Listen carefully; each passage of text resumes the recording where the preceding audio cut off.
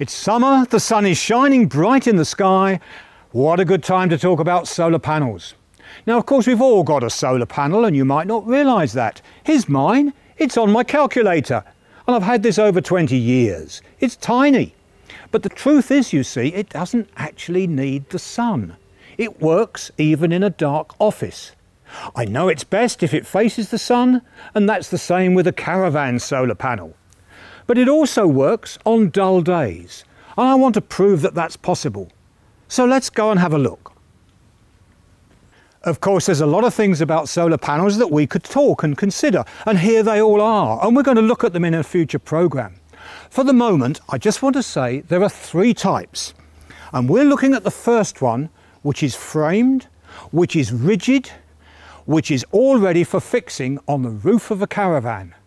And look, here it is. You can see the frame around the perimeter. You can see the main collecting glass here, and it's a bit heavy.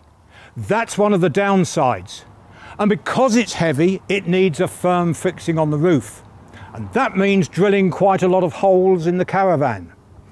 But it does produce more power than any of the rival brands.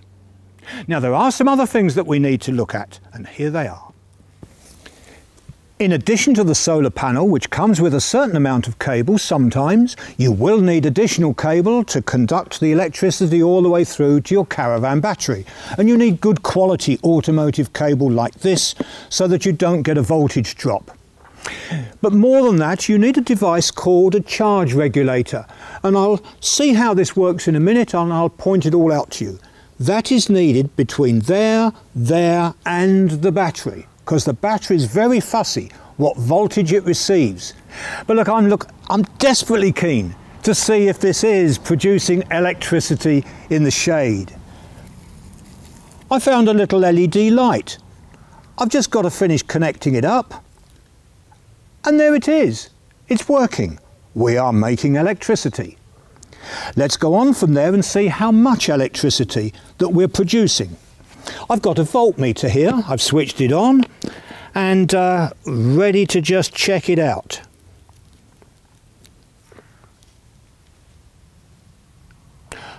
Oh, good gracious me. Even in the shady conditions, we're getting a reading of around 17 volts. 17 volts! I'm surprised that little LED didn't go pop. But you see, that's the whole reason why you have a charge regulator.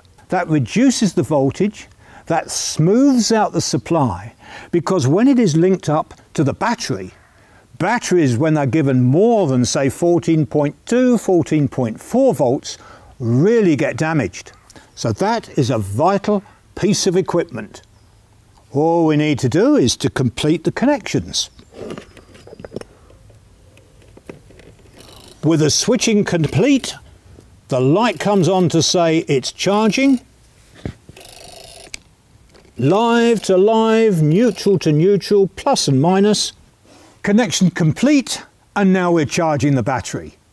What do we learn from this? Well, even in the shade, a panel of this size, and let's face it, you can get much bigger ones, is producing enough electricity to help charge our battery. The next point is, how long are the days of light? And in the winter, they're very, very much shorter, and so the benefit of a solar panel diminishes quite considerably.